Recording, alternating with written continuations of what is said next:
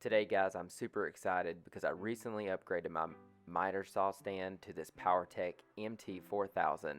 Today we're going to unbox it and assemble it, and I'm going to walk you step by step through the entire process, so stick around. So step one is obviously the unboxing of all the pieces. The one thing that I did notice is that the base is wrapped up pretty well, and it takes a little bit to get all those pieces off, but other than that, the base already comes pre-assembled for you. So the first part in the instructions is the base. So the first thing I did was make sure that the legs open and close, and this includes the little stands that support lumber. Your next part is going to be your two wheels. We're going to move over to the rollers and make sure that these are operational. You're going to have one handle, and you're going to have an outlet and an axle, and this comes pre-assembled for you. You have one hardware bag with all your hardware in, a cord, and then you are going to get two universal mounts, and make sure that these are serviceable, as mine showed up broken in the packaging from shipping. So now, starting the assembly process, we're going to go into step 2 of this video, and that is assembling the outlet or the axle to the base of the miter saw stand. So this is super easy. You just take two of the bolts that are in the hardware bag, and you are going to attach it.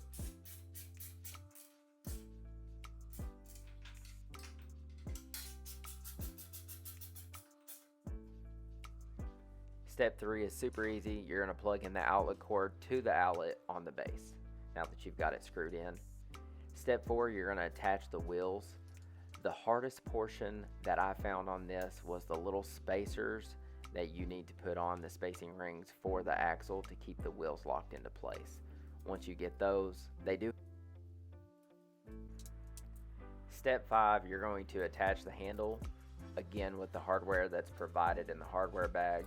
Super easy, just tighten it down and you are ready to go. Step 6, not really a step, but you're going to set your stand up, that way you can finish the rest of the build. While I'm doing that, don't forget to like this video if you like it, hit that subscribe button and the bell to get notified, and also to see more of these weird clips. So now that I've had my shameless plug, we're going to go into step 7, and we're going to attach the knobs and the rollers. So the rollers are going to come with these little T-knobs as well, and you can screw them in, and that's how you keep them in place. Now we're going to roll into step 8, and we're going to attach the universal mounts to the base, and that's going to bring us straight into step 9, and we're going to attach the miter saw to your stand. So the screws that they provide, you really just got to play with them and get them locked down, and after that, you're ready to set it up in your workspace and start cutting.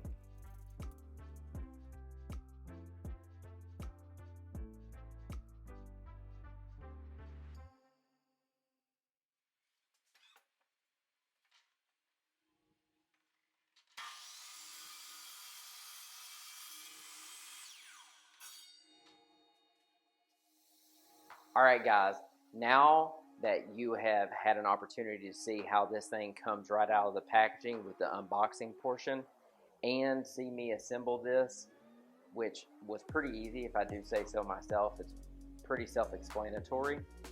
What I want to do is go into a few features that I really enjoy about the MT4000 miter saw stand, and I also want to go into a couple features that I think that they could improve on to make this an even better miter saw stand. So the first thing that I really enjoy is the mobile capability with this thing being on wheels. I'm in a small shop here in Okinawa, Japan, and having the capability to make something mobile is a huge plus for me. It's a huge benefit. The second thing is the rollers. So if you just twist a couple knobs, you can actually extend this thing out to 77 inches. Then you twist a couple of knobs and you're right back to home. This also flips, so it's a roller, and then it can actually work as a stop block if you want it to work like that.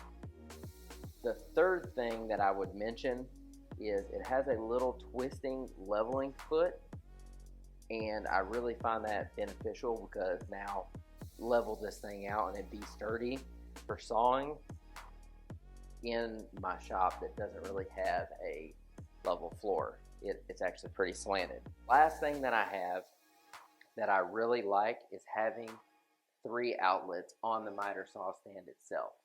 So the electrical over here in my shop, I am only running on 1 outlet. So having outlets readily available is really, really important to me. So having these 3 outlets is a huge benefit.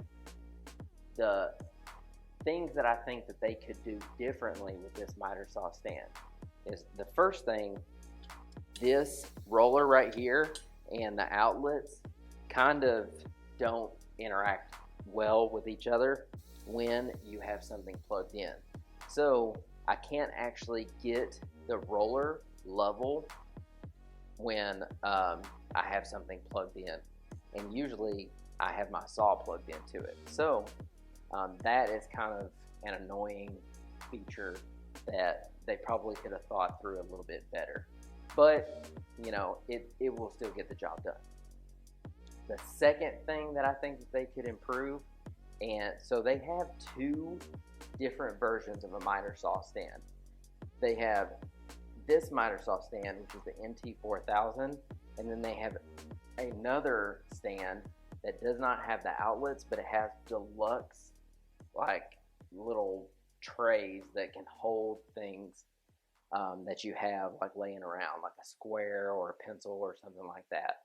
And I think those would be really useful if they just incorporated it into this miter saw stand. If I had a tray on one side or even a tray over here, you know, just some way of storage, that would be a huge benefit, and it probably would make this at least, you know, in the consideration for one of the best miter saw stands on the market. So if you enjoyed this video and you think I deserve you subscribing to the channel, feel free to go down there, smash that subscribe button. I would greatly appreciate it, and we would love to welcome you into the Character Red Workshop family. If you haven't already, check me out on Instagram at character_red_workshop, and feel free to comment. There you're going to see posts and what I'm working on before it ever makes it to YouTube.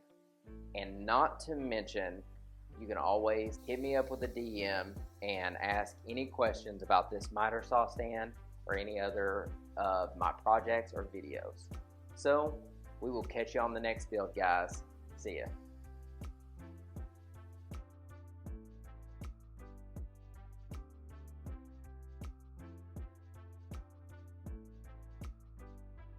Mention 2 features that I think that they would really. All right, guys, now that we have